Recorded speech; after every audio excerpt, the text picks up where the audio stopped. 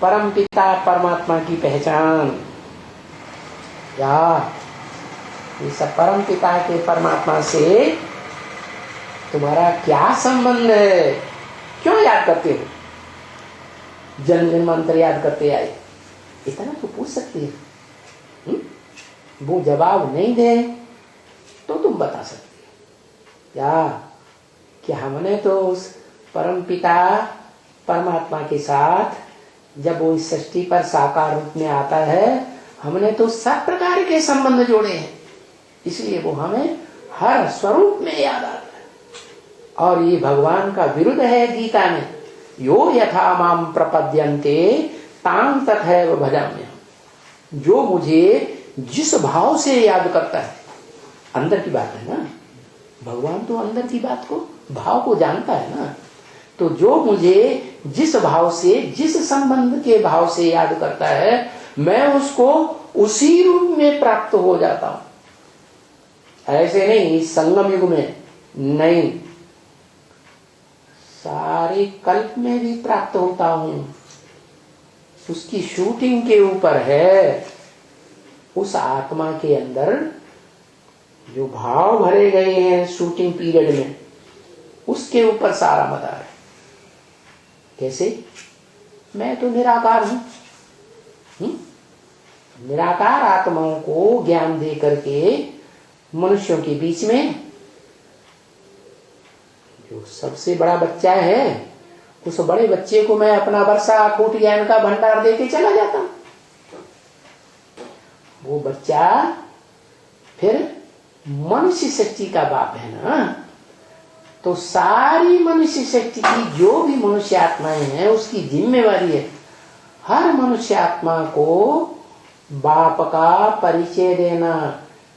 जिस मनुष्य सृष्टि के बाप से वो अपना मुक्ति, जीवन मुक्ति का वर्षा ले सके। तो कौन है ऐसा बाप? आत्माओं के बीच में, जन्म मरण के चक्र में आने वाली आत्माओं के बीच में जो आदम कहा जाता है, सृष्टि का आदि पुरुष, आदि देव, एडम, अर्जुन, गीता का, उसके शरीर रूपी रथ में प्रवेश करके उसको आप समान बना देता है।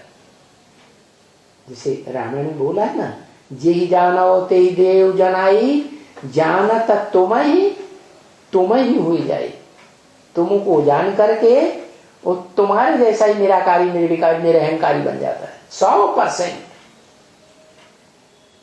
ऐसे नहीं सिर्फ संगम युग के लिए बन जाता है, नहीं, सारा बड़ा ड्रामा, चारों सीन ड्रामा के सतयुग, त्रेता, द्वापर, कलयुग, 5000 वर्ष के लिए भी वो निराकारी आत्मिक स्टेज में टिकने वाली आत्मा बन जाती है। उसका नाम दिया है ब्रह्मवाक्य मुरलियों में शिव बाबा। शिव माने निराकार ज्योति बिंदु का नाम है शिव। वो निराकार शिव ज्योति बिंदु भी बनता है और फिर साकार शरीरधारी पत्थर बुद्धि शरीर का जो यादगार लिंग दिखाया जाता है वो भी बनता है। उसका सात्विक स्वरूप सोमनाथ मंदिर में था, जिसमें आत्मा भी हीरे के रूप में दिखाई गई और पत्थर बुद्धि की यादगार वो पत्थर जैसा शरीर भी दिखाया गया, जिसमें भावना की, नाम निशान की कोई चीज नहीं रहती। ऐसा भावहीन, ऐसा मनुष्य शरीरधारी मूर्तिमान शंकर भले कहा जाता है, लेकिन वो मनुष्य सृष्टि का बीज रूप बाप ऐसा भावनाहीन कि सारी सृष्टि की सभी मनुष्य आत्माओं को खत्म कर देता है। कोई बच्चे के प्रति कोई भावना नहीं। तो मूर्ति है, लेकिन वो मूर्ति पूरी टोटल 100% पत्थर बुद्धि। उसी मूर्ति का मैं आधार लेता हूं। कौन? शिव। इसलिए गीता में दिखाया गया, अर्जुन के शरीर रूपी रथ में प्रवेश करता है, रथ का आधार लेता है और बोलता है इदं शरीरम कौन्तेय क्षेत्रम विद्य विधीयते। हे अर्जुन, ये जो तेरा शरीर रूपी रथ है ना, ये क्षेत्र है, युद्ध क्षेत्र है, धर्म युद्ध का क्षेत्र है, कर्म युद्ध का क्षेत्र है। अलग अलग दुनिया में धर्म फैले हुए हैं ना, है? हर धर्म पिता ने, हर धर्म के धर्मावलंबियों ने धर्म के आधार पर कर्मकांड निश्चित किए हुए हैं। जैसे हिंदुओं ने मरने के बाद शरीर को जलाते हैं, ये कर्मकांड।